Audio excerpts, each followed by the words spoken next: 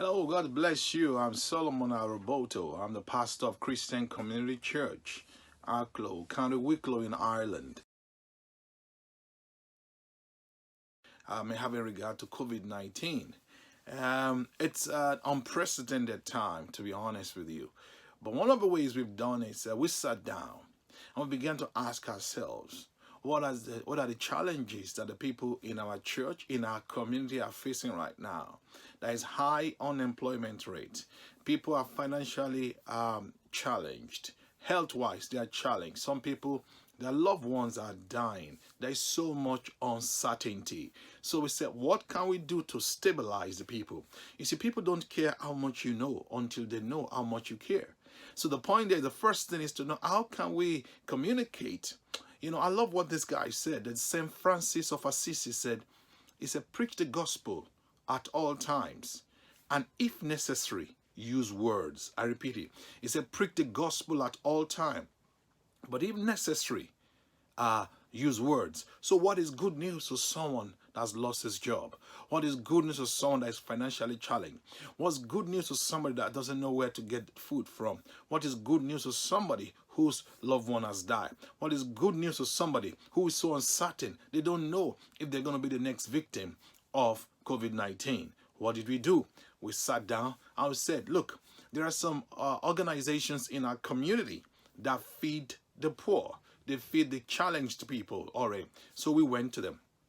I told them, I said, guys, how are you doing? They said, we are overwhelmed with people, inundated with calls. We can't even meet up the demand. I said, you know what we're going to do as a church? We're going to bless you financially. We'll give you money to cook as much food as you can.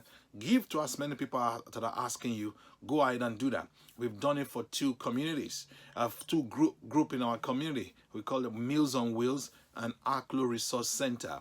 We also found out along the line that some people right now, because of fear and anxiety, and because some other people now, their marriages are under pressure. So there's a lot of abuse in homes. A lot of marriages are falling apart. So what we did, we went to this group in our town called the Samaritans. They told me, they said, Solomon, the number of calls are shot up through the roof. There's so many challenges right now. And people just call to find someone to talk to. I said, we're going to finance you to be able to do as much as you can. So we went to them to bless them financially. Guess what? Those groups began to tell the people in their group and other people in the community, look what the church has done. This is what they are doing for us. As a matter of fact, that led to our local newspaper carrying our church in the newspaper recently, about 2 weeks ago, and they were talking to the community about what we are doing. So now, what we are doing now is we are demonstrating the love of Christ, doing it in a practical way.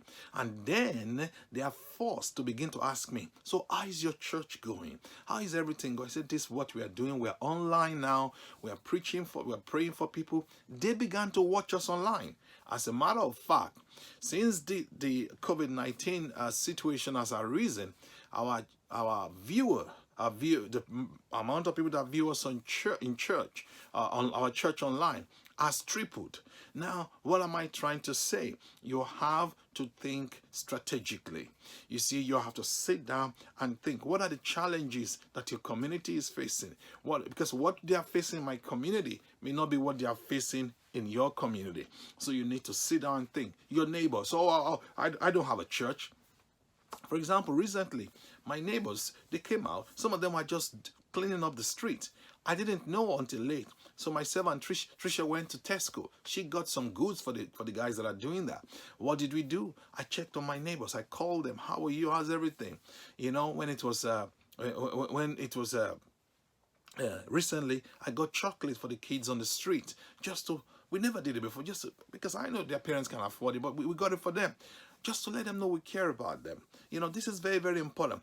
Think strategically. If you have an older person living next door to you, just tell them, I'm here if you need me. This is my phone number, call me. Or maybe you find somebody next door that you just sense that, you know, there could be some challenges there. You know, go there, give gifts to them.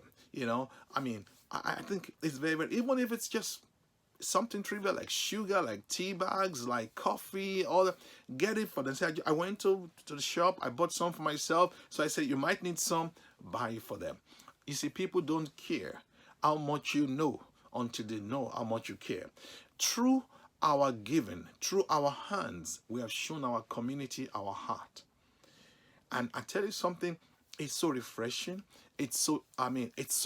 Right now also, we did it for our church. We have a church in Nigeria, our churches in Nigeria, but a particular church, a branch, our main branch, I called the pastor, what are you doing in the community? He said, no, we are supporting all our members, but the community, we're not doing anything because we can't afford it. I said, we will send you money from Ireland. I said, we will. And you know what? We sent money. Last week, they fed 300 people in the community. And why are we doing this? As a result of that, we have had over 35,000 people come to our Facebook page to like what we have done or to thank God. Over 35,000 people with over 5,000 people making comments. It has never happened before. You want to reach out to people, you want to heal the sick, you want to set the captive free, this is the time.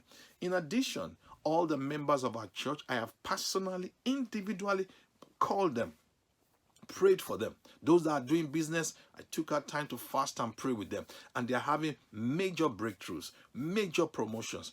To my knowledge, up to this day, nobody in our church has lost their jobs. They've all kept their jobs. The businesses are moving forward. I tell them, I say, look, there may be a lockdown, but your angels are not on lockdown.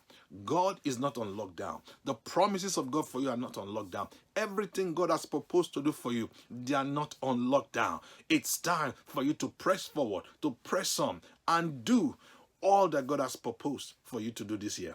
So I'm encouraging you viewers today, if there's any time we need to step out and be the light of the world, the darker the world, the more relevant light becomes. People are looking for hope. They're looking for somebody that will not only tell them hope, but show them hope and give them hope in a practical way. They're not looking for just someone to tell them Jesus is Lord, God loves you, but someone that will actually care for them. Someone that will demonstrate how the love of God or what the love of God is all about. It is our season. It's our time. And God has always been so good that before the need comes up, there is provision. Once again, from myself and Patricia and my children, we send a big love to you, and we wanted to know that this too will pass. Bye-bye. Thank you.